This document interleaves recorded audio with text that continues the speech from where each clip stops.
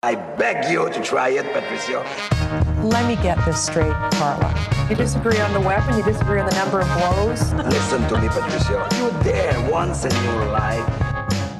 Hey people, Trish Wood here, and this is the Trish Wood is Critical podcast. It is the home of critical thinking, which is both a blessing and a curse these days. Sometimes I wish I was one of those people kind of blithely rolling along, buying into all the BS and thinking everything was just great.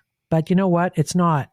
And I try to do some shows that are a little bit uplifting, and sometimes I do shows that are not that. And today it's going to be not that, mostly, because there's a lot going on right now that we need to be talking about. And this is a kind of a catch-up show in a sense, because I've been also a little bit preoccupied with the trial of Tamara Lich and Chris Barber down in Ottawa. I think, in a sense, it is Canada's trial of the last couple of decades, and how that is decided will affect whether or not we feel that we can protest in this climate where civil disobedience is not only discouraged unless our prime minister personally agrees with your protest motive. Will we go to jail if we protest something the government doesn't like, which is kind of the point of protesting, right?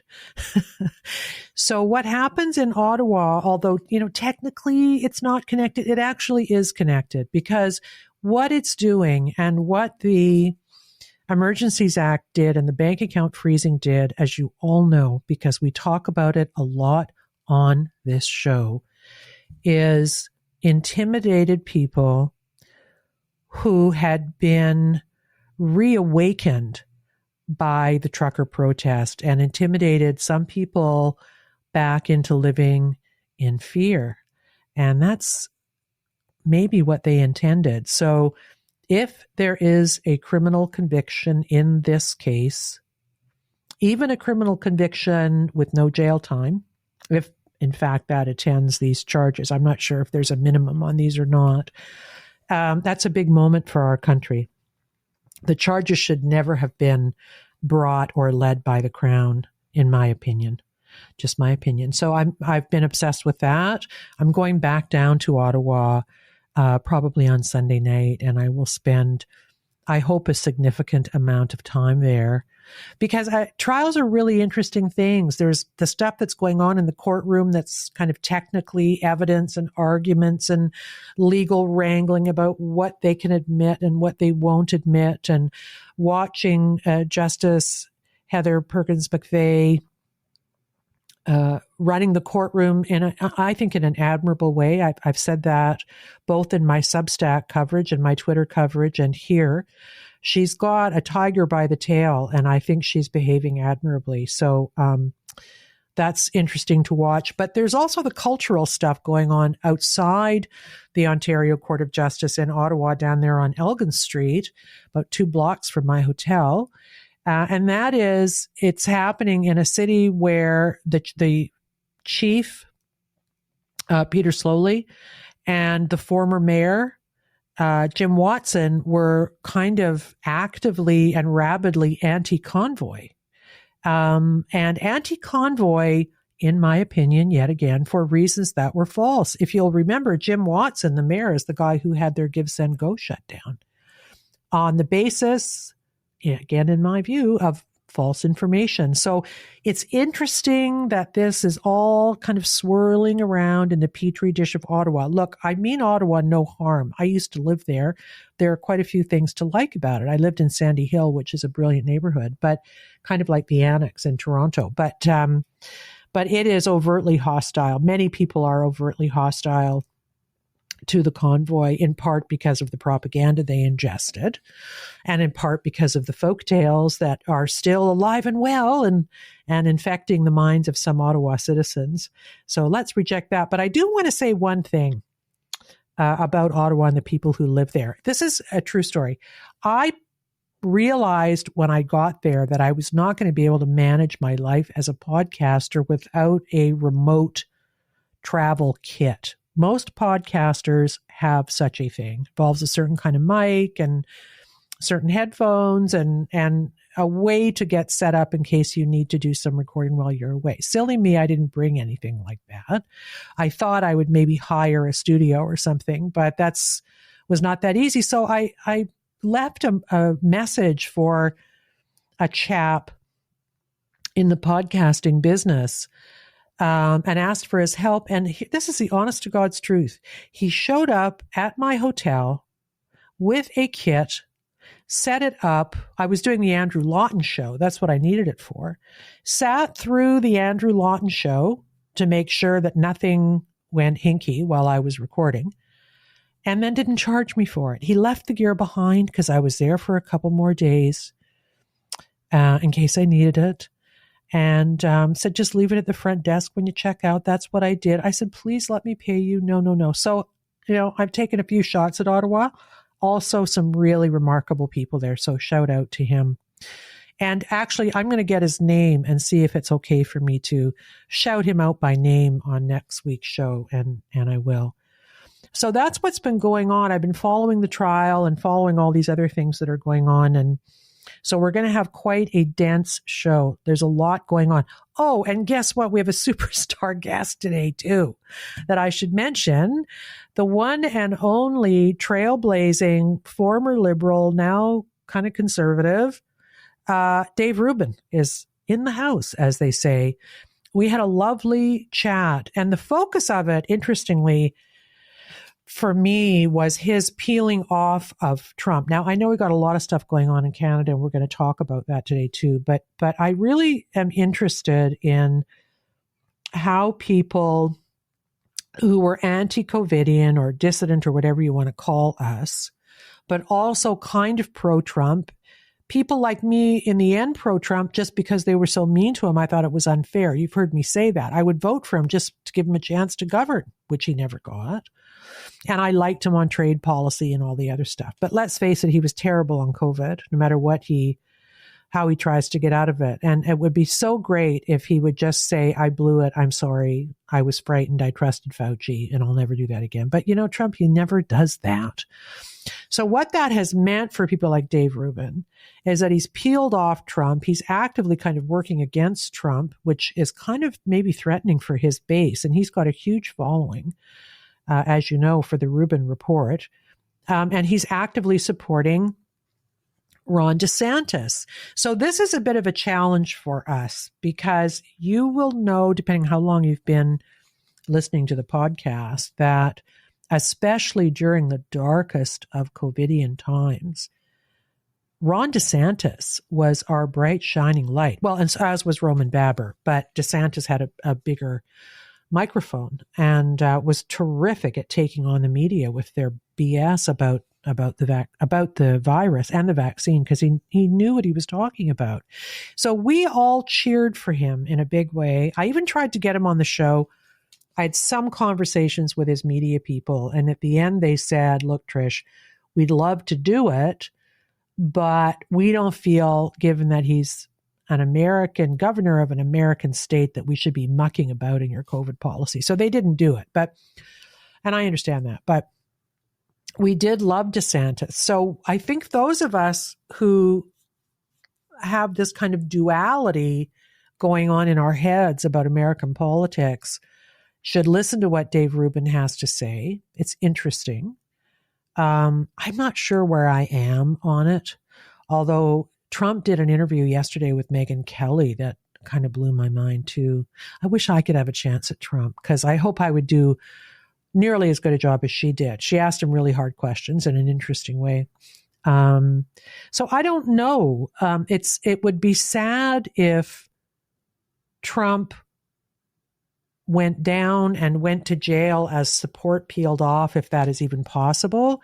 She did ask him about going to jail, which I thought was a terrific question. And he seemed to be suggesting that he would go to jail in order to support this cause he is on to restore democracy to the American people. So that really blew my mind. I have to tell you, it was kind of an honorable thing to say. And I kind of believed that Trump would go to jail and feel it was a hill to die on. So we all have complicated feelings about this right now, I suspect. And I'd love to hear from you. There is a voice notes component to my website, which is trishwoodpodcast.com. And we're going to hear some more voice notes from that on the Trudeau saying he didn't force vaccination on anybody. Really? Okay. So if I'd love to know, I didn't mean to do this today, but leave your thoughts on how you feel about this, about continuing to support Trump in the face of DeSantis, who actually was good on COVID and is good on the trans stuff. It's really a minute for us to think about. So, and stick around for the Dave Rubin interview. We had a lot of fun. I like him. I think he likes me. So it was pretty entertaining. Let me do my pitch, which is simply this today. I'm not going to bang on too much about it, but the show is supported by listeners like you, as they say on PBS, and we're very, very grateful. I know that there are 1,000,001 podcasts coming online every single day. It's mind-boggling. Everybody has a podcast these days. Some of them good, some of them not so good, but everybody's probably asking you for your money. So we are very, very grateful for your support because we try to do an elevated version. I don't just hop on the mic. We do a ton of research. We actually live in research because the time we live in is so taxing that I'm never not researching. If I'm on an airplane, I'm researching. If I'm, and I mean just observationally too. So I would be grateful if you would support us through my Substack, which is strange because that's a written venue, but I do a Substack every week. I post the show on it. You can do your comments there. We're creating a really amazing community. But I am loyal to Substack because they truly are free speech. I can write or say anything and no one ever pushes back. So please do that if you're so inclined. Trish Wood is Critical on Substack. We're still dealing with PayPal. We've had no trouble with them. So although we'd prefer you give your money to Substack, if PayPal is easier, hey, we'll take it. And I am also going to start posting our P.O. box for the people, the kind of snail mail people who want to send checks. We take those too. So we're going to do that. And as ever, we are super grateful. It's meaningful. We talk about it. I still get weepy when I see stuff coming in. Oh, and you are buying our no hat. Yay. Isn't it great? Especially now that Theresa Tam is trying to pull a fast one over on us again. Mask up and inject 6-month-olds with the new vaccine that was never tested on children. It's madness. We are in the matrix, people. And so you can ward off the matrix by purchasing from our merch store that no hat. It's a brilliant, simplistic, poetic response to the craziness in which we live. I'm just kidding, but it is pretty fun. And we're doing different colored versions. We were asked to do that. Some people don't like black hats. And I think we're doing a t-shirt too. So keep checking back on that. Okay. So let's get going. Item number one that I want to talk to you about today is this massive push by the United Nations against free speech. There is a notion amongst these institutions that there is a single truth. They know the truth. No one else knows the truth. And if you don't agree with them, you are responsible for dangerous misinformation, you've heard it all before, and the fact checkers step out, blah, blah, blah. Here's the thing you also know. They have been wrong about many things, about most things, especially around COVID-19. Wrong. So what I want to do is play for you the kind of dangerous, gentle voice of a United Nations free speech czar. Her name is Melissa Fleming, and she is the UN Comms Czar. And she is talking about how they are going to implement these more grabby ways of controlling information and speech. It's absolutely astonishing.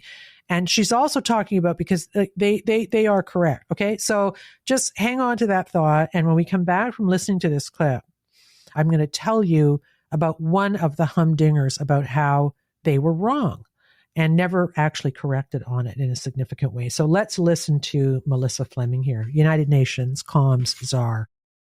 Of course, firings at Twitter have left us with no one to call to flag content that is abusive or even incitement to violence. We're now seeing that almost anyone can promote disinformation for the price of a blue tick. So it's not all bad. We have teamed up with the platforms to elevate reliable information around COVID and climate, to amplify trusted messengers, and we have quite an army of them out there who want to take UN content and promote it within their followings, and also educating users on how to slow the spread of disinformation. Our new slogan that we want to have everybody have in their ear when they're online is pause, take care before you share. But yet we do feel like we are in an information war and that we need to massively ramp up our response. So we're creating at the UN a central capacity to monitor and also have the ability to rapidly react when mis and disinformation and hate speech is threatening not just our people, our operations, but also the issues and the causes that we're working on. But also we're going to be gearing up our verified initiative around climate change and developing this UN code of conduct on information integrity on digital platforms, hoping to set global standards that we can all advocate around so that we can collectively work for a more humane internet. Okay, we're supposed to believe and trust the United Nations, which I'm assuming includes in that the World Health Organization. And we need to have a really big think about how the World Health Organization was pushing absolute nonsense during the super COVIDian times. Two, literally off the top of my head, I don't have to do a big research project on this, but number one, the World Health Organization very quietly removed the notion of natural immunity from its website as being caused not just by vaccines, but also by prior infection. This is a well-known precept of biology, people. We know this, but and I know it's true. You know why? Because I screenshotted it, and I had the early version also, and they changed it. They actually literally changed it in order to support the vaccine. Can you imagine that herd immunity can only be attained through vaccines? So the immunity that you get from immunity does not get you in that direction. Why did they do that? Because it didn't support vaccines. That is what they call in the business a noble lie. And it's not very noble because it's untrue. It's hard for me not to F-bomb here. I get so upset about this stuff. Here is the other thing that happened on March, I believe it was March 3rd, 2020. Tedros held a news conference in which he said that the infection fatality rate for COVID-19 was 3.4%. 3.4%, meaning that out of 100 people 3.4 of them are going to die of COVID-19. Preposterous, ridiculous, completely wrong, and just the driver of the massive fear campaign that led to lockdowns just a little while later. Just to be clear, so you fully understand how inflated that number was. And that's just kind of malpractice, using a number like that. And remember, it drove the COVID response. Here is what one study from people I admire, namely John Ioannidis, calculated the IFR actually is, right? The median IFR, 0.0003% at 0 to 19 years. Obviously, this is an age stratification issue. 0.003% at 20 to 29 years. 0.011% at 30 to 39 years. 0.035% at 40 to 49 years, 0.129% at 50 to 59 years, and 0.501% at 60 to 69 years. Once you're above 60, the number goes up. That is the age range of people who are most at risk of dying of COVID-19. So that's the number, under 1% as opposed to 3.4 said by Tedros at the UN, who we are now supposed to believe as the keepers and holders of all truth. There was no evidence for what he said, none whatsoever, no evidence. He very likely confused the case fatality rate with the infection fatality rate, the case fatality rate being who dies amongst the cases that have presented themselves to hospital. So they're already really sick. The infection fatality rate can't be known unless you know how widespread the disease is. And nobody knew at that time because they weren't testing for it. So that was just a lie.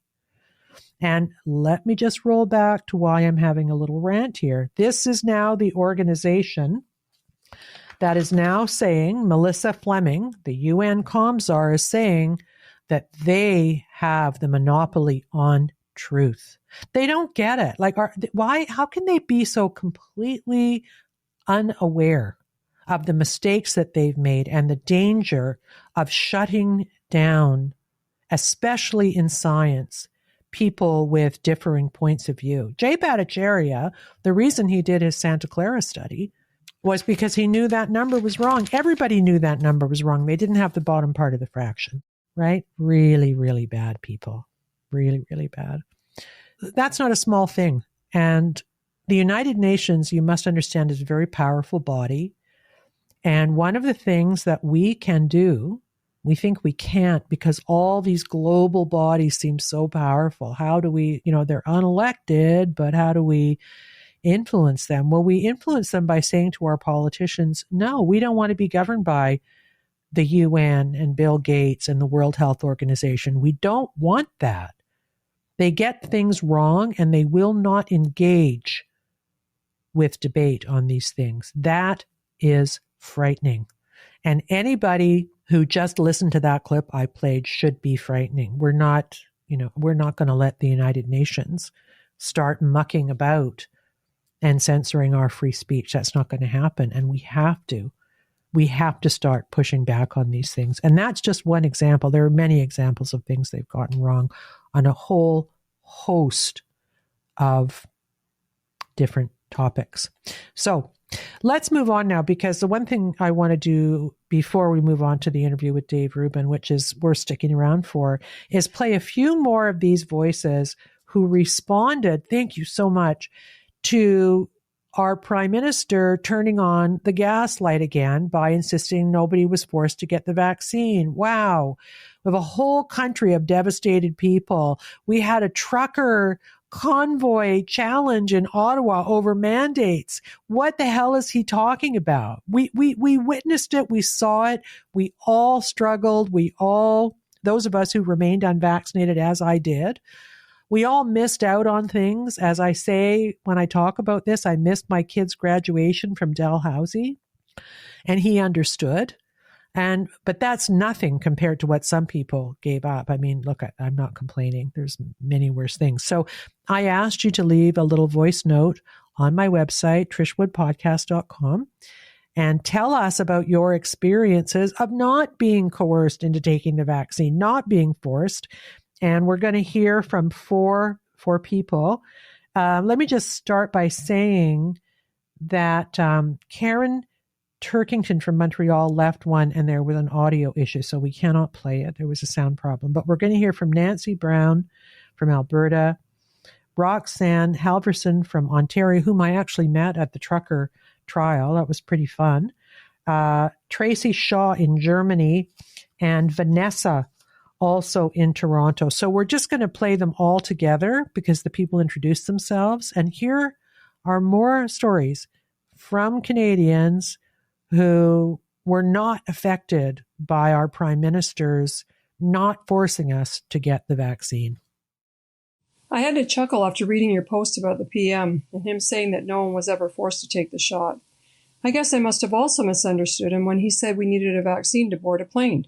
That's too bad, because in 2021, when my university student daughter collapsed and was sent to the ER in Waterloo, I was under the impression that I needed to be vaccinated in order to board a plane from Calgary to be at her side. She was in intensive care for 5 days while they tried to figure out what the problem was, subjecting her to test after test. My husband and I were sick with worry and fretting about what to do. Should we hop in the car and drive for 3 days? It's too bad I didn't understand that Justin didn't actually mean it when he said vaccines were required to travel. And I guess that also applied to the hospital's policy of not allowing unvaxxed visitors inside. They must have misunderstood too. I guess many of us were really deluded about what we thought were mandates.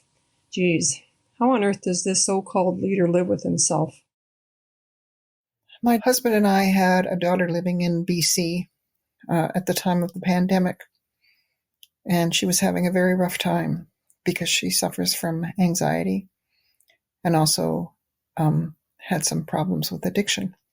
And we needed to go out there while she was having these issues because she had no one else out there to help her. So in order for us to do that, we had no choice. And so we did get the vax. And the other thing about that was that she also had to get the vax. And she had a very bad reaction to the first one. And that was very tough for her as well, because she has anxiety. And it only made it worse. Ultimately, she ended up going into rehab over the course of the pandemic. And so again, we had to make another trip out there at that time.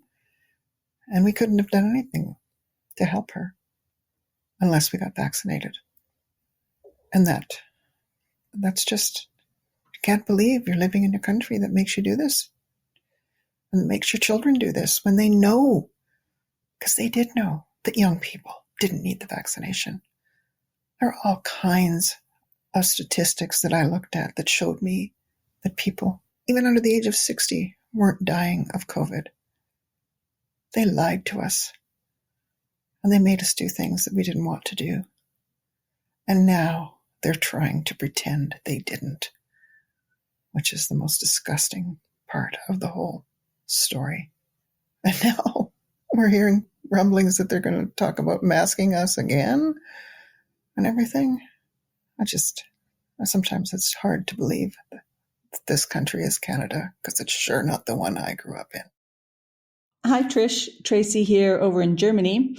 I suppose I must have also imagined not being able to travel for many, many months and not being able to travel home to Canada to see my family because I was unvaccinated. I must have been completely delusional for all those months. I must have just imagined reading on the Canadian travel website that there would be fines imposed of $750,000 or 6 months in jail if you broke any of the quarantine regulations and the rules and regulations. So yeah, delusional for many, many months.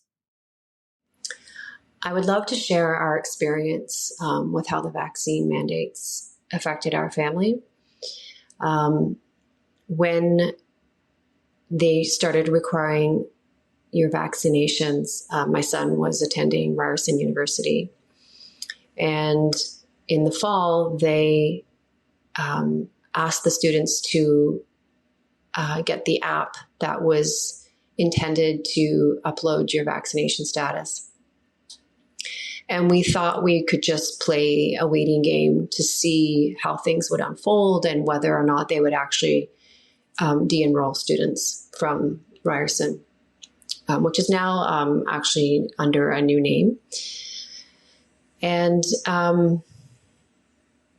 during that period of time, we sent many letters to Ryerson, personal letters from lawyers, explaining to them, first of all, why it was a breach of confidentiality of keeping public health records somewhere on an app, on some server somewhere.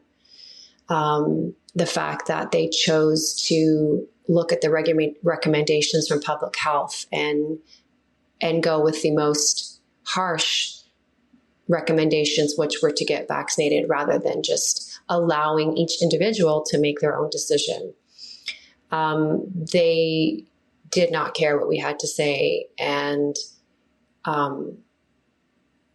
came back to the same tune as you must get vaccinated or you will be kicked out of your program. So we waited a few months. Second semester began, and my son ended up being de-enrolled from his course. And the only way to get back in would be to get vaccinated and prove that you are vaccinated.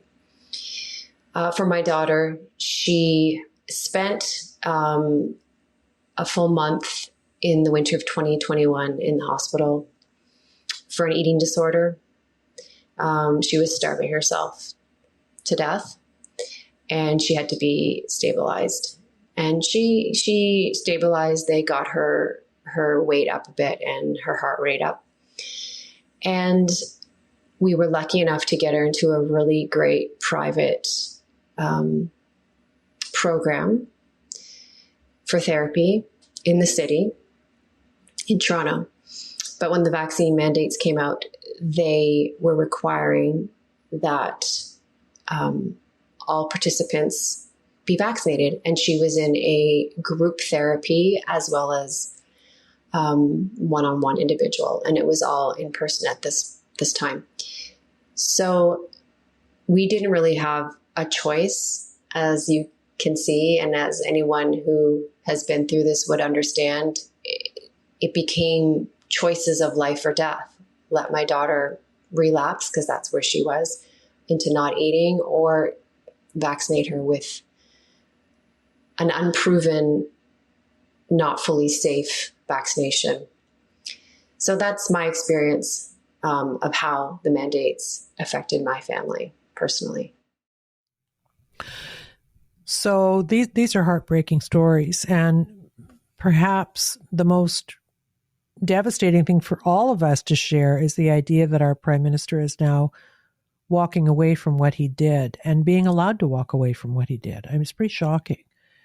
As shocking, maybe, as him lecturing Prime Minister Modi and others recently on how Canada is a beacon of democracy and freedom and protest and all that stuff.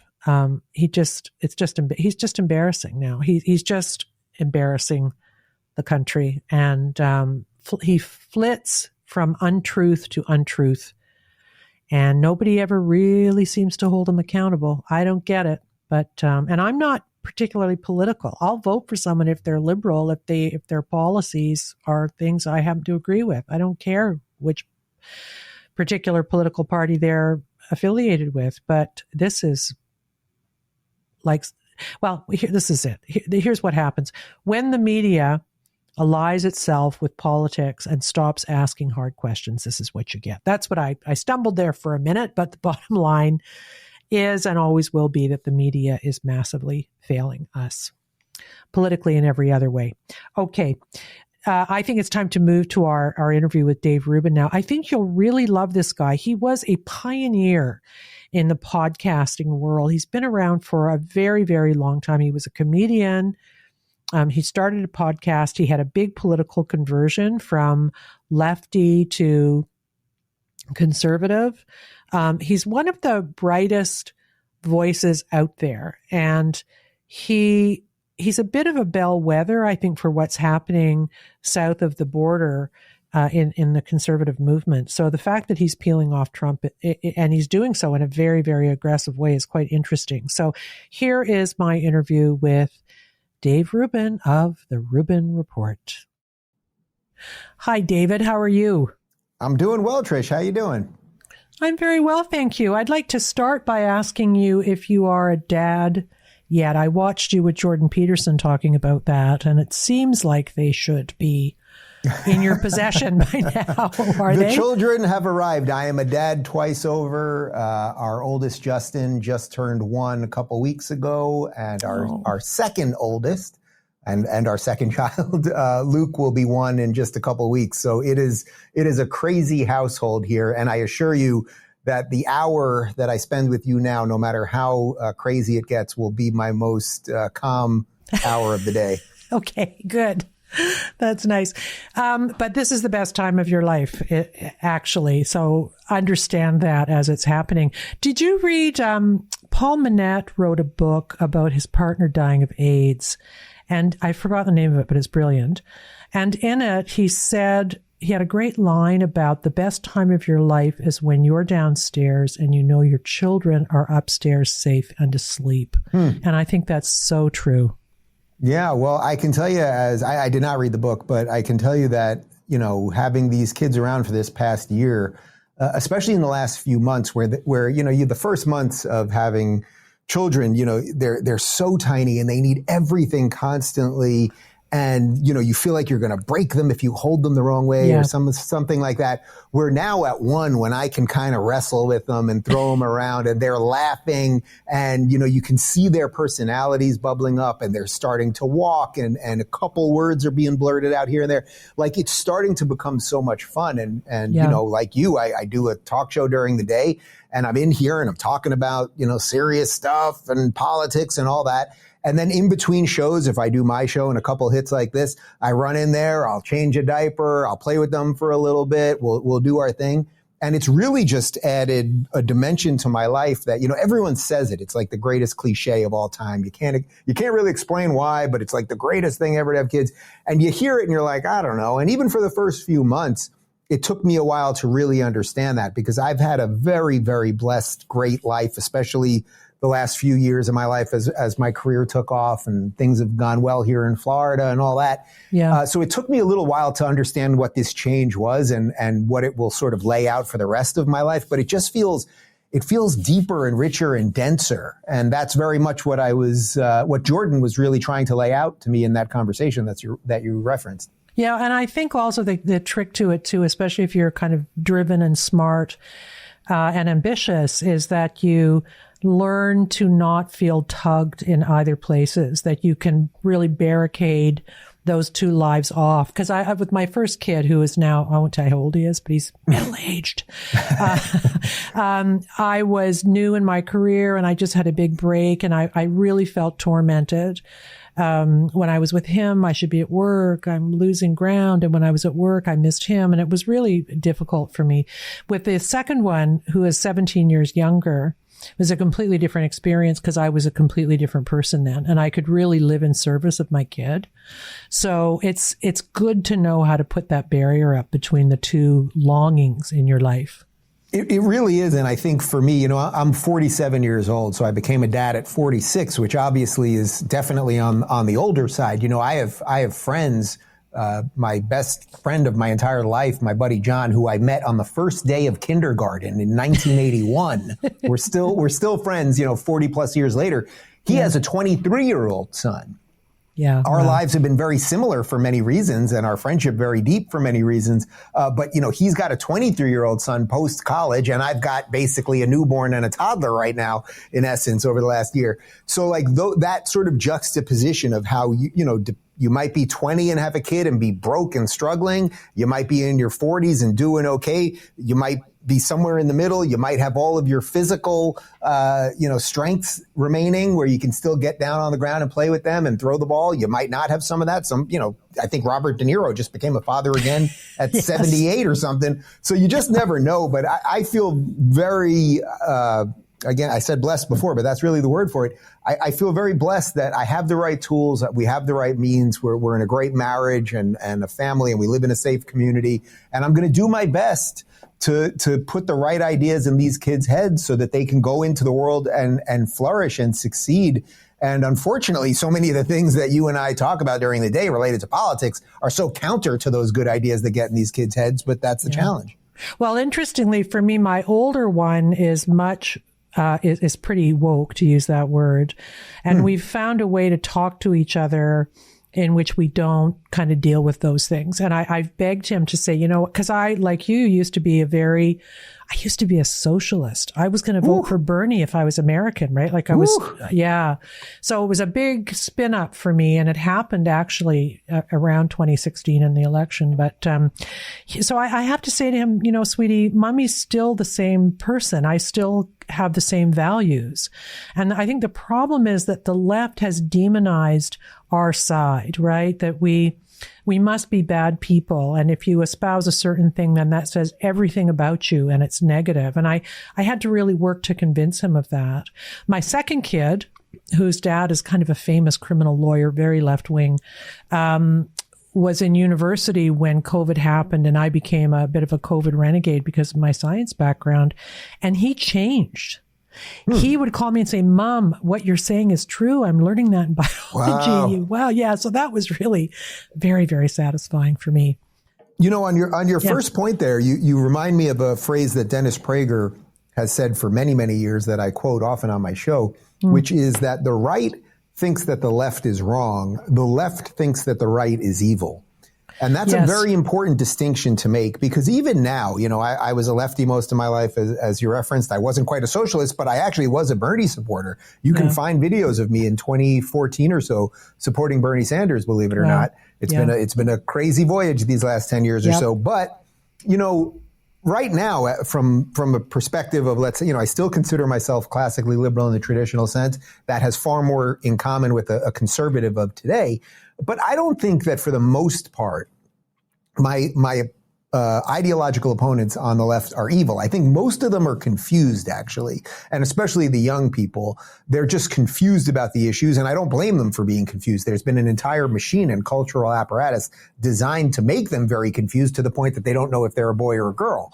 So I don't think they're evil in that regard. I think there are some truly bad actors. I would put someone like a Gavin Newsom as a really bad actor in this. I actually do describe him as evil, but I don't describe most of them as evil. Now, the difference between that, and I discussed this with Bill Maher once, and he agreed with me. I said, Bill, you know, you could come to a Trump rally or a DeSantis rally or just any sort of Republican, you know, conservative leaning event, and almost everyone there would be happy you were there. Yeah, a couple people might snicker at you, but everyone would basically be like, oh, that's cool. Bill Maher's here. You know, he's good on free speech. He doesn't like the woke stuff. Sure, he's nuts on abortion or this or that.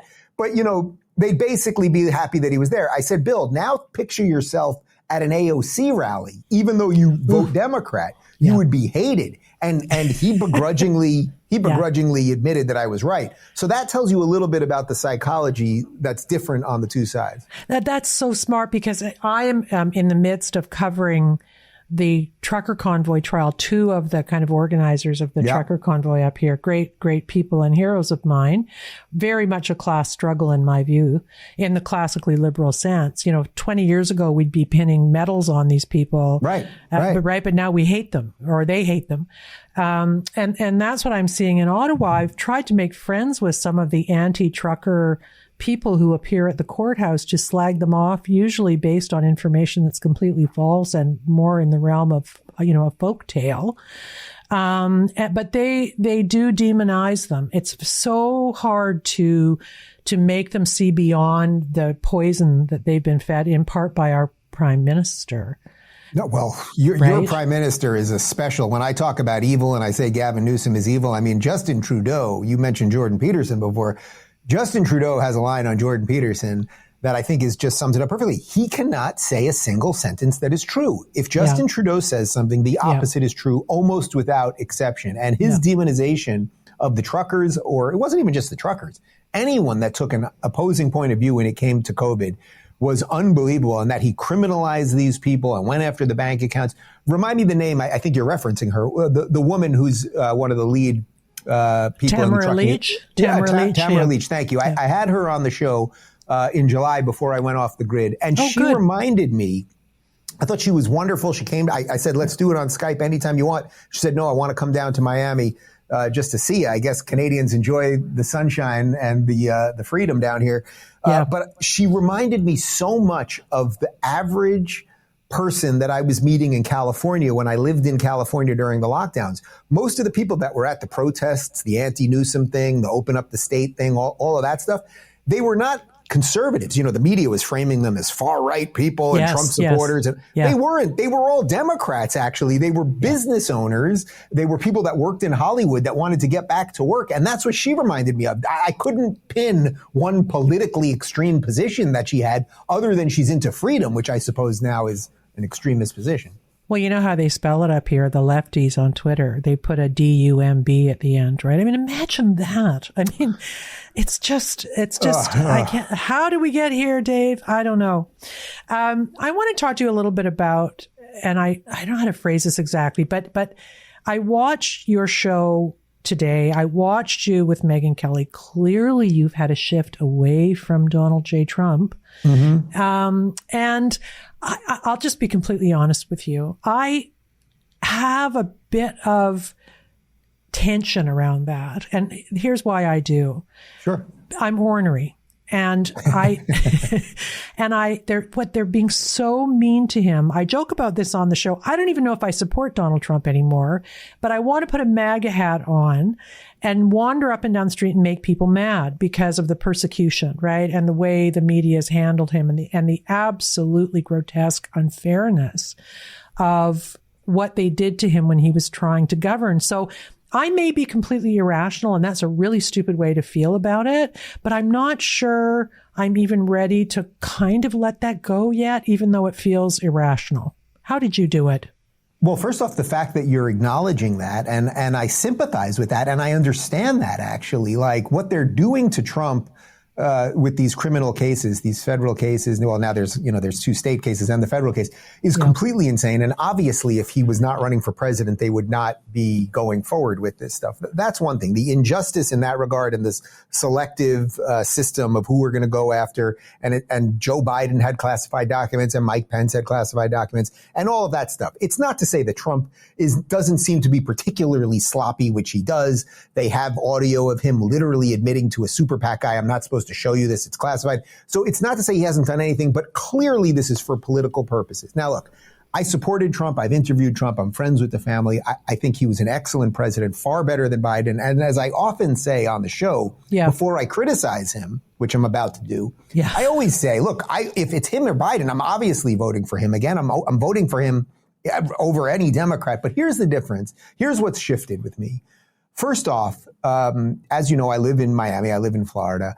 Florida became the beacon of freedom, the citadel of freedom, as Ron DeSantis puts it, throughout COVID. Yep. Ron DeSantis, from my estimation, I don't know of another politician in my lifetime who has done every single thing he has set out to do and then gone on to new things and accomplished them as well, all the while fighting the media, fighting corporations like Disney, and crushing in elections, turning what was mostly a blue state in the 80s, then it became sort of a purple state with Bush v. Gore, to basically the most red state in the nation. I would say the freest place probably in the world in terms of Western civilization. Yep. And he's younger. He's, I think, 44 or 45. I've met the first lady many times. Like these are people who love each other and that are a good couple. They got 3 young kids.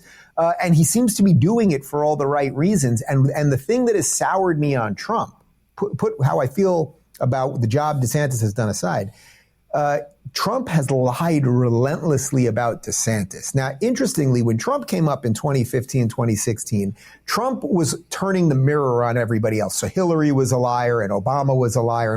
And he did it brilliantly. And he did something that we all owe him a debt of gratitude for. And I really mean that. But he was fighting their fire with fire. He was fighting it with exaggerations. And sometimes, obviously, he was loose with the truth. But it was a necessary evil, I would say, to some extent. And it was funny, right? It was sort of funny. No, yes, and funny. I mean, the first time I saw him speak live, I realized it was so clear to me. I was in the second row. It was so clear to me that the guy was basically a stand-up comic. You know, he had this loose script, and then he just kind of improv'd and worked the crowd for an hour. I mean, that's what comics do. Yeah. So he was funny along the way. It was culturally, it felt fun and good and snarky and whatever. It was all that stuff, right? But what he has done with DeSantis, lying that he is somehow a Soros operative or that he has something to do with Karl Rove or Paul Ryan. Donald Trump had far more to do with Paul Ryan and Karl Rove than Ron DeSantis ever did. Ron DeSantis has fired 2 Soros-backed DAs. No other governor in the country has done it. Made it seem like Florida was bad on COVID. Like the litany of things that he has lied about to me, that's a very evil force. Because if Donald Trump was not running right now, DeSantis would be winning this thing in a landslide. The Democrats would be pushing Biden out because they know there would be no way you could have those two on a stage, a young, sharp DeSantis versus a decrepit old Biden. And Trump could have been the kingmaker, but he's decided in his quest for power that he can do all of the evil tricks to DeSantis. So he took a guy that every Republican thought was the best. The future of the Republican Party has done everything right. And he used a very dark force to make it seem that now millions of Trump supporters seem to think DeSantis, and he won't even say his name, he just uses his made up silly names, that DeSantis is somehow a bad guy. That to me, that strikes me as really, really dangerous. I'm just not that interested in it. Yeah, that's really, really interesting because I feel that is a corner that maybe some people are going to be turning. And I'll tell you why, because as I was saying this to Steve, our producer, just before you signed in, that he's down in New York, but up here today, our federal health minister person had a news conference. She was wearing a mask and she's talking about vaccinating babies 6-month-old with the new Moderna shot, barely tested. And it's like, are we doing this again? Like, or is this where we're going? And I remember very, very clearly how madly in love I was with Ron DeSantis at the nadir. Like, Canada was a nightmare of COVID policy. As bad as New Zealand and Australia, maybe worse for lockdowns and school closures. And I actually called one of DeSantis's handlers a couple of times and I almost got him to do the show. It was very close because people up here thought, wow, that's a guy who knows how to manage through a crisis and he isn't afraid of the media. So I had very strong feelings about him because he knows how to go after the media, right? He knew more about COVID statistics. He was in with Koldorf and Jay Bhattacharya, who's a friend, and all the good people, right? And he could just rail off all the statistics to shut the idiots who were trying to nail him in the mainstream media. So he's a big hero of mine. Now, what's interesting is I think some of Trump's stuff has maybe rubbed off a little bit on me. So I'm admitting that. I remember how much I admired DeSantis during COVID, and I feel like maybe I should admire him again because he is smart and he does do what he says he's going to do. But I don't want to see Trump kind of slinking off back to Mar-a-Lago after everything that's happened either. Can we get him a parting gift or something? Well, look, there is a happy ending to this story. There is a happy ending to this story if Trump wants the happy ending to exist. The happy ending to the story is that Trump actually could say, you know what, I hurt my back playing golf and, you know, I was being a little overboard. DeSantis obviously is a good guy. I live in Florida. My whole family, my grandchildren all live in Florida. It was politics. I'm going to back the guy. Let's crush the Democrats. And you know what? If they keep going through with all the cases that he gets a pardon out of DeSantis once DeSantis is president. What a beautiful ending. We all just say, it was primary stuff. We move on. Now, the problem is the other version of that. You know, you might be, if you're a Trump supporter listening to this, you might be going, no, actually it's DeSantis who should step out. And then we have our happy ending. The problem with that is, to me, there is no evidence whatsoever that Donald Trump can win again. Now, first off, he believes that the election was stolen. Without even me taking a position on that, because that's a whole other show right now. If that's what he firmly believes, then his candidacy only makes sense if he's done anything to stop the next steal. And as far as I know, he doesn't have anyone on the ground in Philadelphia or in Tucson, Arizona, or any of those places that he was upset with the election results. So he's done nothing. So he's just running the game that he lost last time. So it's like if you have a friend that every time you play Monopoly, he's the banker, and you suddenly start realizing that he's got a whole bunch of extra cash all the time, you might want to start doing something different. But Trump seems to be doing that. That's number one. Also, even if you don't believe the election was stolen, or you believe that the next election would be totally legit, well, if the election was legit, then what are we to believe? That Biden got 81 million votes and Trump got 75. You have to show me where new Trump supporters come from. I know a lot of people who have soured on him because of his behavior, but I don't know anyone that suddenly has awoken to the brilliance and magic of Donald Trump. And I'll give you one more, which is that the level of hatred against Donald Trump, which, as you referenced, is not truly warranted. For all my criticisms of him, that is going to instigate a whole bunch of extra people to vote. Now, of course, they hate DeSantis too, but the Trump derangement level, and that's why they call it TDS, Trump derangement syndrome, it's so high that I think you probably get something like 5 to 7 million extra voters coming out against Trump if it's Trump. So there's so many things working against him.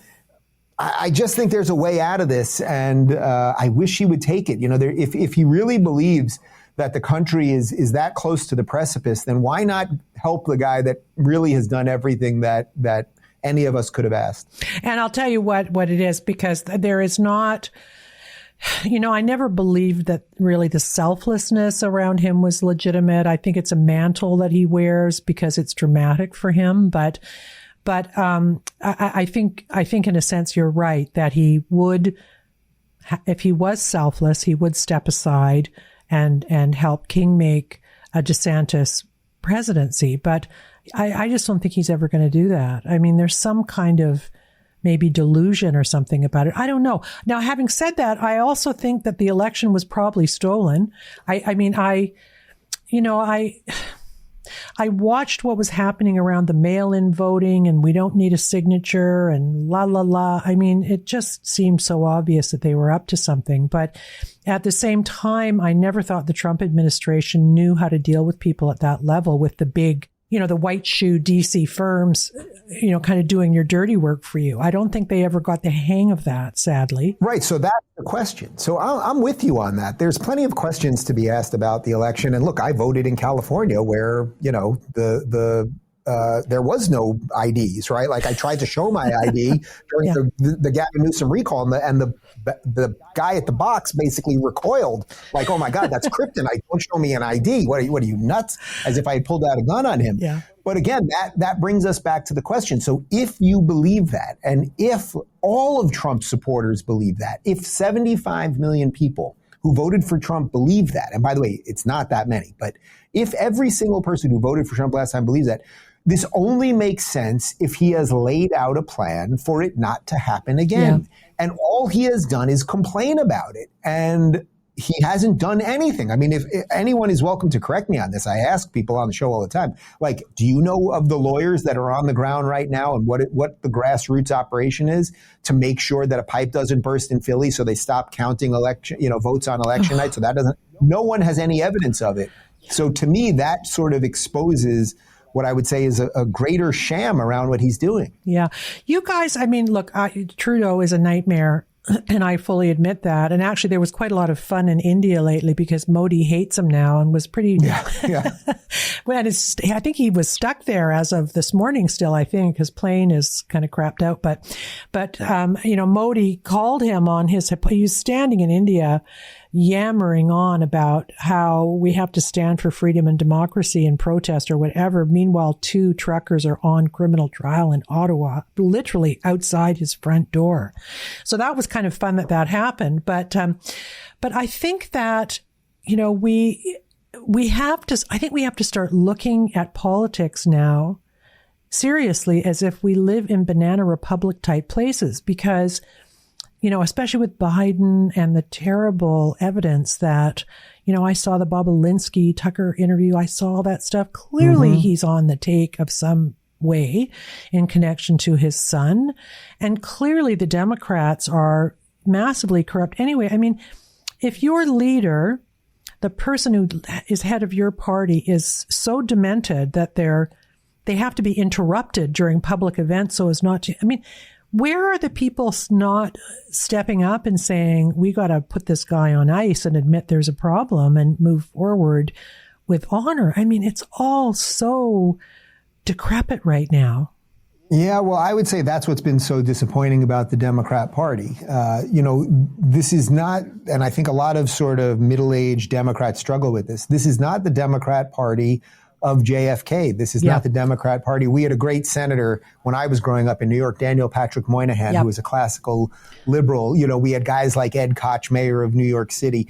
There were old Democrats, old school Democrats who believed in the classically liberal tradition, laissez-faire economics and individual rights, and logic and reason and somewhat limited government. But, you might not fully, if you were a libertarian, you might think they're a little big government, but you could have an honest conversation conversation with them. Yeah. This is a Bill Maher liberal, an Alan Dershowitz liberal, that sort of thing. It's what I wrote a whole book about years ago. But unfortunately, the apparatus of the DNC has basically demolished those people. They don't exist anymore. If Barack Obama, let's say, everyone knows there's something wrong with Joe Biden. Everyone knows it. It's ridiculous. It's so in our face that it's nonsensical. Where is the elder of the party right now? The elder of the party is supposed to be Joe Biden. He's just not supposed to be the president. He's supposed to be the elder of the party now, right? But Barack Obama, let's say, could be that person, or Bill Clinton.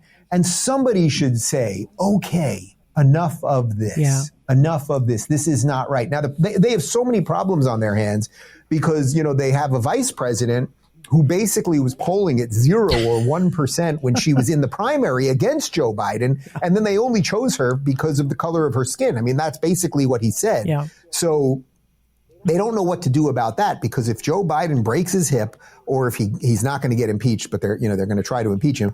But whatever happens to Joe Biden, the next one up is someone who is less popular than him. So they have made a very strange deal with the devil, and they don't know how to get out of that. And I think that that's why no one ever says what's true, because they're all kind of in on it together. So if you turn on MSNBC, you get all of these people basically defending something that's completely indefensible, but they're all in on the grift in essence.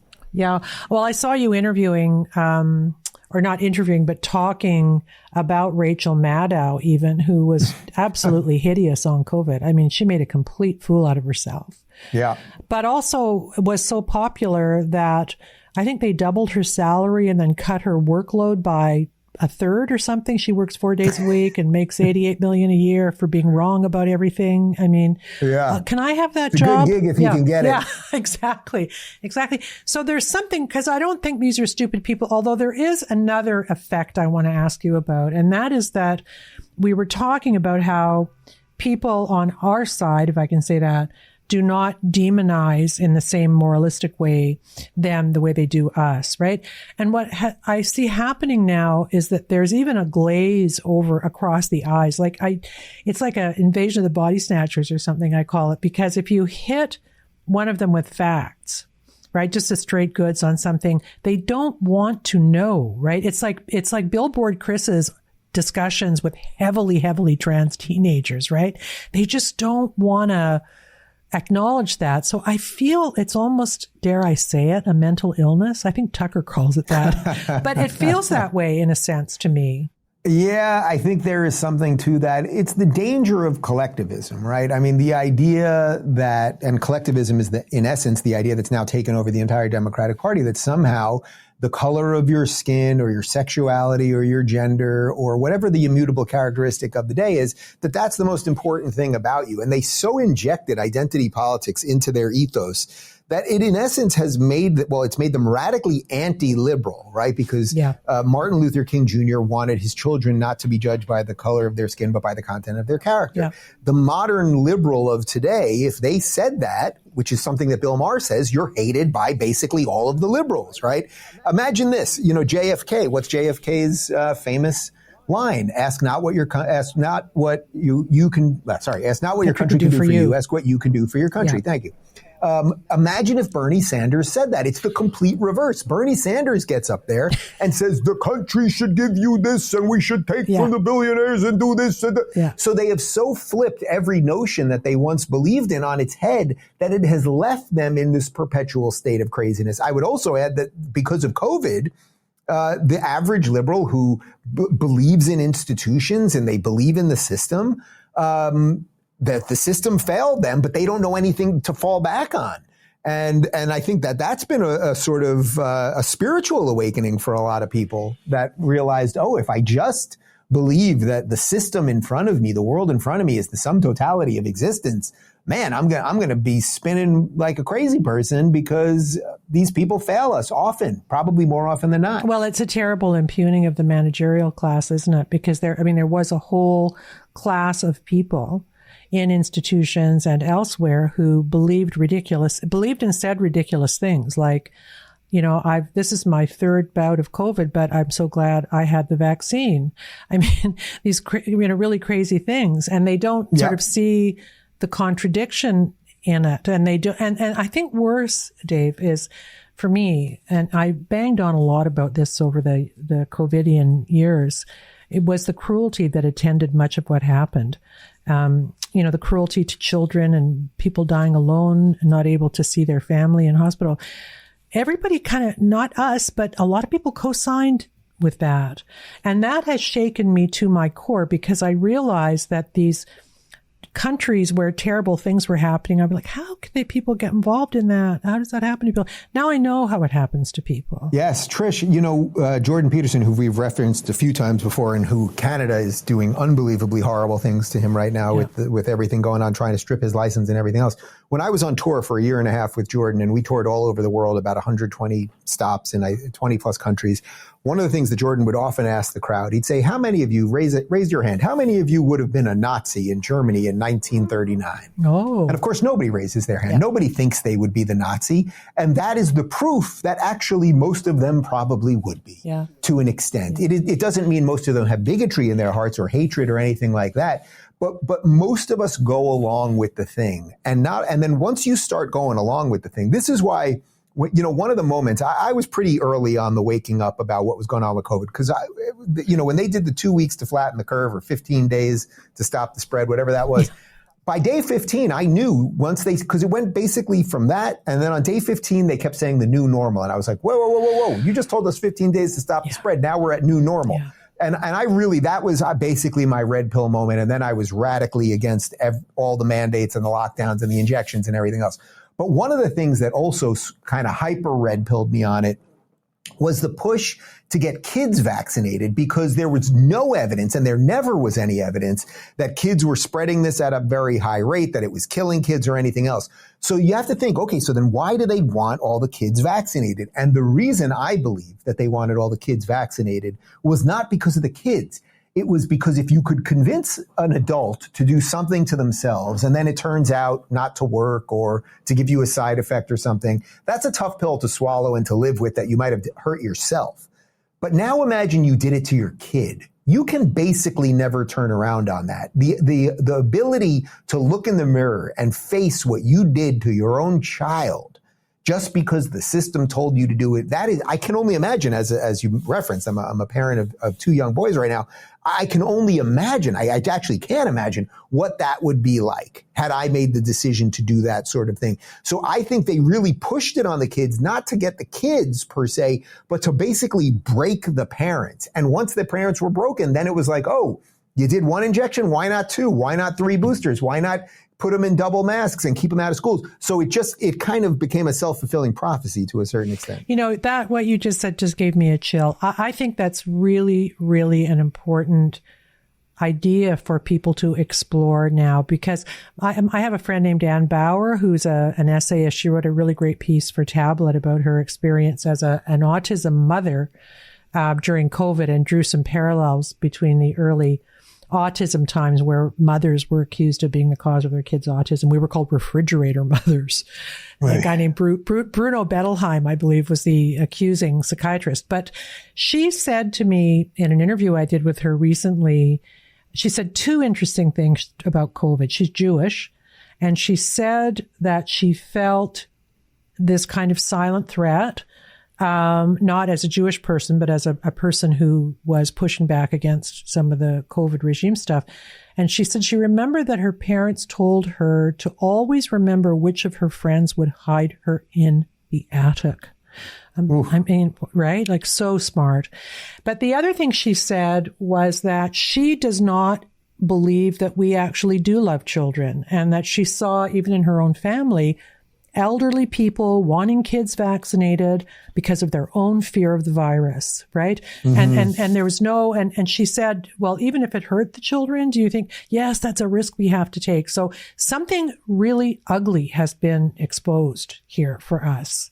Don't you think? Oh, it has. Yeah. Oh, it has. And you know what's interesting also, now that, we're kind of a year, let's say 2 years, or in essence, I think we're 3 years out of COVID, actually, if COVID was even real in a real threat sort of sense in the first place. But now that we're on the other side of this thing, and I know they are pushing COVID again very heavily in the United States right now, and Whoopi Goldberg has COVID. Oh my God, what are we going to do? And, all this stuff.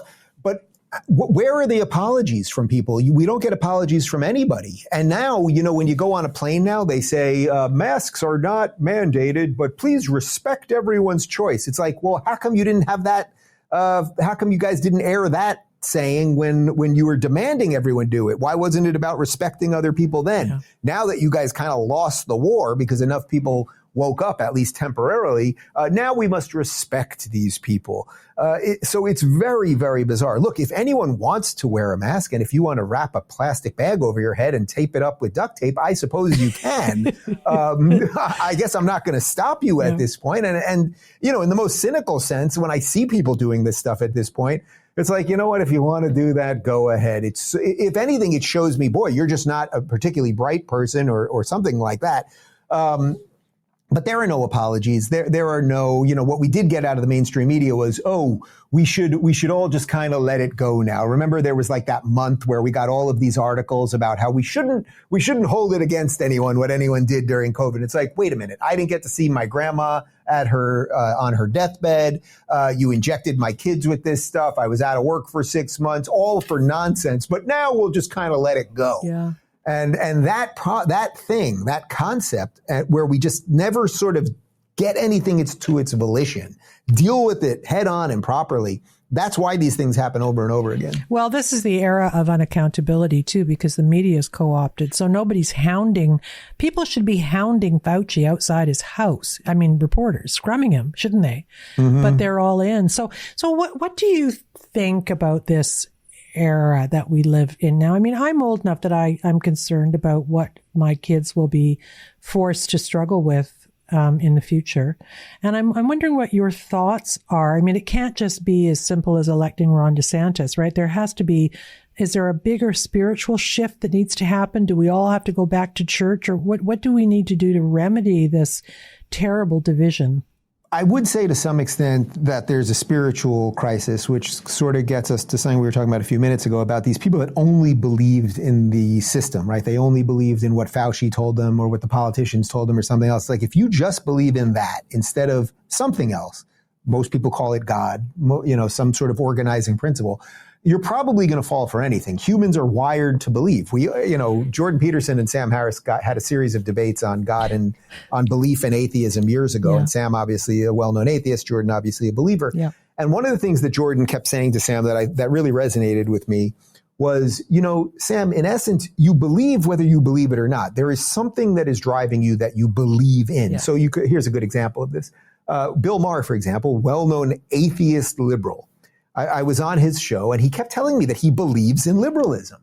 Well, I believe in the idea of liberalism, but at times when it has failed, the liberal experiment, which clearly in the West has failed at some level, you have to be able to reevaluate that. And what I have found is his devotion, because of his belief in this set of idea, has become, I would say, cult-like or maybe religious-like, something like that. Humans are wired to believe. It's part of the experience. It's part of the gestalt of being a human being.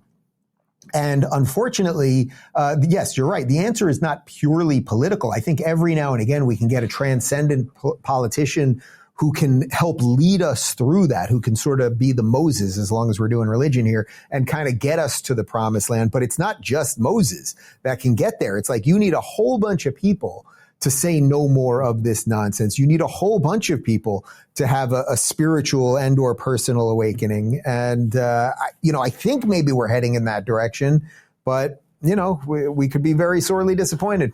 I just watched a really good documentary on Netflix about living in a blue zone. Do you know what a blue zone is? It's where I do. I'm watching. Are you talking about that 100-year show, that mini doc? Yes, I'm watching it. I watched episode 3 this morning while doing cardio about the island in Greek. Yes. Icaria. Yes, Icaria. Yeah, my husband and I, we watched it all in one go because we're older, so we don't have a lot of time to waste, right? What do we need to change to make this work for us? But part of that, and I knew about Okinawa, I knew that, but it's really, a lot of it too is about living in a community and having personal connections with your family and with your neighbors. And we don't live that way anymore, do we? That's a hard thing to fix if you're not in a church community or some other situation like that. No, it's interesting, so I am watching it just over the last couple of days, and, they start in Okinawa, Japan, and then they're in Sardinia, Italy, and I think Ikara, Greece, and a couple of other places. And, they do the stuff about diet and the Mediterranean diet, so they eat a certain way, or it has a little bit to do with the topography, because in some of these places it's very mountainous, so they walk around a lot, or they're gardening, this or that or the other thing. But it does seemingly come back consistently to this idea of community, that you have to be around people who lift you up, who help you when you're down, who help you when you're sick, who make you laugh. There's that. I think it was in the episode I watched today in Greece, and then there's a bunch of elderly women, and, they just play games and they talk. Oh yeah, they're talking about the ancient wine that they made in Greece that they're drinking every night, and they have these all-night parties, and they're laughing and dancing, and that it's releasing endorphins and all of these things. Yeah. And so many of us in Western society, we live in this constant state of anxiety and sort of internalized craziness, and we're endlessly doom scrolling on Twitter, and that there are probably some simple answers to some of this stuff. Yeah, I got to get over my hatred of Meghan Markle. It's the reason I get out of bed in the morning. It's not helping you, Trish. It's not helping the years. I got to let it go. I got to let it go. But part of what we're talking about too, I'm in recovery for alcoholism, 22 years, proud of it. And part of what we do in AA, and part of the genius about Bill W. was that he understood that very well. It's called what they call fellowship, right? You need fellowship to be healthy in the world. And AA understands that very, very well, actually. It's a very cool place. Oh, fortunately, I can do things in moderation, so I enjoy my tequila. But yes, I have had friends who've, whether you struggle with alcoholism or you struggle with drugs or whatever you might struggle with. Yeah. People have all sorts of struggles in different ways and different reasons and all that. Finding a group of people that can help you through that, whether it's if you lost a child and you're grieving, people need these support groups. And also that's one of the things that in our modern times, I think has confused a lot of people, because we were handed something called social media. And for a little while, I suppose it made us more social, right? Remember those early years of Facebook when you might have connected with an old high school friend you had forgotten about for 15 years, or, somebody in your past, or a former colleague who you lost touch with, whatever it might be. But then as the years have gone by, now that we're in, almost 30 years of this, which is crazy, 25 years or so of social media, in many ways, it's made us far more antisocial. Instead of being out and about like those women in Ikaria, laughing and drinking wine and having fun with friends, many of us are sitting home alone, playing video games, watching porn, just diddling around on the computer, doing whatever we're doing. Yeah. I'm not even saying any of them is specifically worse than the other, but people are just doing all sorts of stuff rather than having that human connection. Yeah, and it's interesting too. The other thing is that I think the last episode is in Loma Linda, California, because that's the one I'm up to today. Yeah. Okay, so that's Seventh-day Adventists who do something quite cool. Yeah. But part of it too, I think, is that the connections made are connections that last for a long time. And I feel the way we live our lives now, we don't, I don't stick with friends like they do in these communities where they've known each other for a long time. And I think that's a detriment too. We got to go back. I think it sounds very old fartish, but I think we have to go back a little bit to imagine what our lives were like before social media and these other technologies corrupted us all, don't we? Well, in the episode in Loma Linda with these Seventh-day Adventists, in essence, they're practicing the Sabbath, right? Because they go sort of offline from sundown on Friday night to sundown on Saturday night, which, that's the same thing that Orthodox or observant Jews do. And, some Christians do on Sundays, just this idea, this built-in idea that one day a week, God rested, so you're going to rest. And it doesn't mean that you have to do it in the most perfect way every single day or every single week where you never touch your phone or something like that, but that you set aside this moment to reconnect in a different way. I try not to use my phone on the weekends.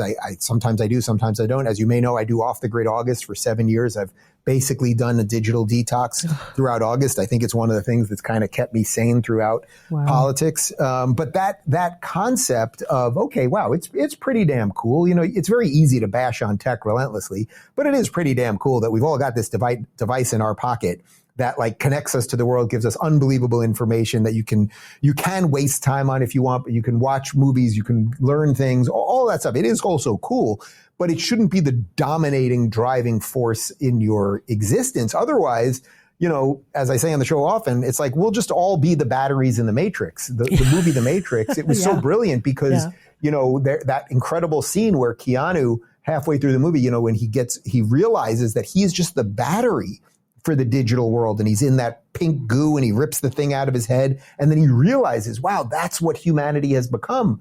Well, we're pretty much on the way there. If maybe we're there and we don't even know it already. So we all have a choice when it comes to the behavior with these things. Yeah, I feel that way. I know we got to wrap up, but I want to ask you just really what your sense of the future is for us. I know that's a huge question, but give me the Cliff's Notes version, because I have optimistic days and not optimistic days. And I think today I'm not very optimistic, in part because I'm covering this trial in Ottawa and it's really upsetting. Sure. But what do you think, David? Well, I can tell you that, you know, when I lived in California for the bulk of COVID, and I left California on December 17th, 2021. That's when I moved to the free state of Florida. I fought very hard for freedom. I fought very publicly for the recall of Gavin Newsom. I campaigned with Larry Elder. I gave it everything I had to fight for what was right. California is extremely broken in a way that I think, unfortunately, Canada seems to be as well. Yes. But I fought the good fight. It was worthy of fighting. And when the recall came in and it was a landslide for Gavin Newsom, who had locked all these people down and done all these awful things, I thought, okay, I gave it the good try. I gave it the college try, and now I'm moving to greener pastures. What I can tell you, Trish, is that my life, having moved to a place where I'm fighting for something in Florida, where I'm fighting to strengthen the ideas of freedom and liberty, is much, much richer than when I was fighting against things. Yeah. And maybe a little of that is also age. You know, as you age, you want to maybe fight in a different way, or you don't want to fight as much. But I like fighting for things now. It's why I've been so public in my support of DeSantis. It's like, this is the guy, let's do this thing. I could go back to Cali and fight against Gavin Newsom. And look, if he's the nominee or whoever the Democrat nominee is, I'll be fighting against him. But I think that Canadians, those Canadians that are liberty-minded and freedom-minded, you know, Canadians, you guys have had it pretty good for a long time. Canada kind of laid low. Canadians are well known for a great sense of humor that you guys exported so many great Canadian comedians to the United States. Yeah. And, you know, so many of the guys that I loved growing up, like John Candy. I was just going to say John Candy. Yes. Oh, John Candy. Yeah. What an absolute joy he was. And, but the amount of great Canadian comedians and SCTV and so many things. But Canada had it so easy for so long that I think a lot of people didn't realize that this encroachment was on the way. And a lot of you are figuring that out right now. And I can tell you there's an awful lot of Canadians down here in Florida these days. The people that were the snowbirds, you know, who'd really get away from that particularly, I know Canada's pretty much always cold, but that particularly cold Canadian winter, they're spending an awful lot more time in Florida right now. And my hope, as is the hope of every Floridian, if you move down here ultimately and you're voting down here, that you'll vote the right way. Yeah. Well, I think the snowbirds are sticking and maybe not coming back. So I understand that. I really do.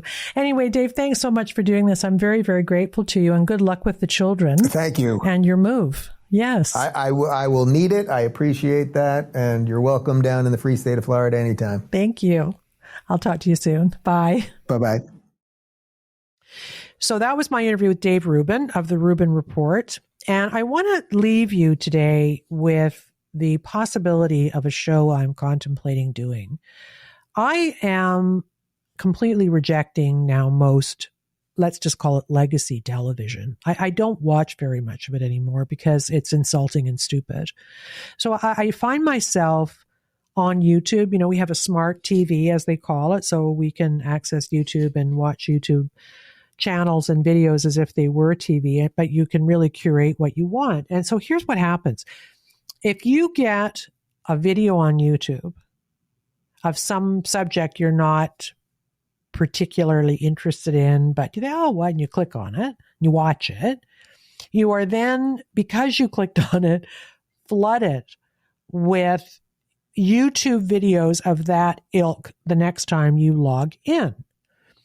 That can be good and bad. So if you log on a little dream house in a small Italian hill town in Tuscany that's for sale for 200,000 euros, this is a dream of mine, then you're flooded with these Italian real estate agent videos of things, right? Which is good and bad. So I clicked on a video that came my way called, I think the phrase was parental estrangement. And it opened up a new world of something that I found so distressing. I cannot stop thinking about it because I didn't know about it. It's going on all over North America because North America is so dysfunctional. And I didn't really, I knew a little bit about it from COVID and politics, but I didn't realize it was so widespread and it's so devastating for people. So what's happening is this woman does a video of parental estrangement. She seems like a perfectly nice woman. She doesn't go into the details of what happened. She alludes to politics. So she's probably a conservative. Her daughter has essentially ghosted her. No, they call it going no contact, right? You've got these terrible toxic parents. You've got to set a boundary and go no contact. And I thought, what the hell? This is really psycho stuff. Like, you don't agree with your parents' politics, so you never speak to them again? That is insane. Or maybe their position on trans issues, or maybe on COVID or something. You just, listen, I went down that rabbit hole, and there are plenty of these trauma psychotherapy type counselors doing video channels encouraging young people to dump their parents. You've got a lot of videos about narcissists. Do you have narcissistic parents? This is the new psychopathology that seems to be informing everything in that world right now. So there are all these videos. It's kind of like the trans stuff in a way when you think about it, encouraging children that they're trans. There are all these videos out there now encouraging young adult people in their 20s and older to go no contact with their parents as some act of bravery and self-enlightenment and having a happier existence. I mean, it's insane. Let me tell you why I think that. I understand why, if you grew up in a household like I did, where there is a lot of violence and alcoholism and terrible, terrible physical harms, that when you grow up, it's hard to reconcile that in your life. I tried for a while and I couldn't do it. But that's not what they're talking about, that, but that's not mostly what they're talking about. Kids who are ghosting their parents are doing it for cultural reasons, or because they need to speak their truth, or because they're not being heard. You know, all these kind of silly catchphrases that are coming from a branch of psychotherapy. I think it's coming from trauma counselors now. And instead of helping our young people develop resilience to live in a family system where they are not worshiped and adored every minute, or where there is disagreement about things, which is obviously going to happen in any system, they're being encouraged to walk away. There are videos on how to walk away from your whole family. Why is that a problem for me? Because in my opinion, for what it's worth, unless your family is kind of, you know, Ted Bundy and the Marquis de Sade or whatever, or you were physically abused, or, you know, some of these more extreme things, to be blowing up the most important system in a democratic society, which is the family system, in order that kids are finding their truth, or not having to engage with a parent who voted for Trump, or, I mean, this is wild. And this will mean the end of our society if we do not get a handle on it, and get a handle on it toot to sweet. I'm telling you, I'm still freaked out by it. I couldn't even believe the number. This is an industry now on YouTube, which tells me it's an industry in practices where your kids are going to get psychotherapy. We need to stop this, right? Your kid goes in, the psychotherapist listens. They don't often also do investigative talking, right? Psychotherapists frequently, their mantra is, well, we just accept what the person says. I know this because I interviewed the guy who interviewed the shrink who interviewed Karla Homolka. and said it wasn't his job to investigate. It's not what he was doing. He was treating her. So your kid goes in and says, oh, my parents are toxic. It's a toxic system. My dad voted for Trump and my mother doesn't like puberty blockers for 10-year-olds. I can't face it. It flies in the face of my truth. And what do? Do they give them an idea on how to go no con? Is that what's going on here? This is very dangerous. And I'll tell you something. I would love to hear Jordan Peterson's view on this, because I suspect that he probably feels the same way about it that I do. I feel strongly about it because I did live through the recovered memory syndrome period of time where healthy but slightly depressed women would go in to see psychotherapists and come out believing they were Sybil with 1,000 personalities and that their parents were in a satanic cult that they couldn't remember. That's what was happening behind closed doors. And the courts put a stop to it, but a lot of damage was done. And I feel now if psychotherapists are blowing up the family system in this way, teach them how to be resilient, teach them how to laugh off Uncle Fred's weirdness or the fact that your mom voted for Trump. That doesn't make her a bad person. Let's remember something. Your parents are the people who would die for you. We are the ones who would give you our kidney if you needed one to live. You have to learn in life how to work your way around cultural and political issues that you don't agree with without snowflaking out into some kind of an anxiety-ridden mental state where you can't cope unless you ghost people. You can't ghost people your whole life, and you shouldn't ghost your family. It's crazy making to me. So I am going to do a deep dive into this, if I can even stand it. I'm so mad. And let me say this, people. We do have our little answering machine.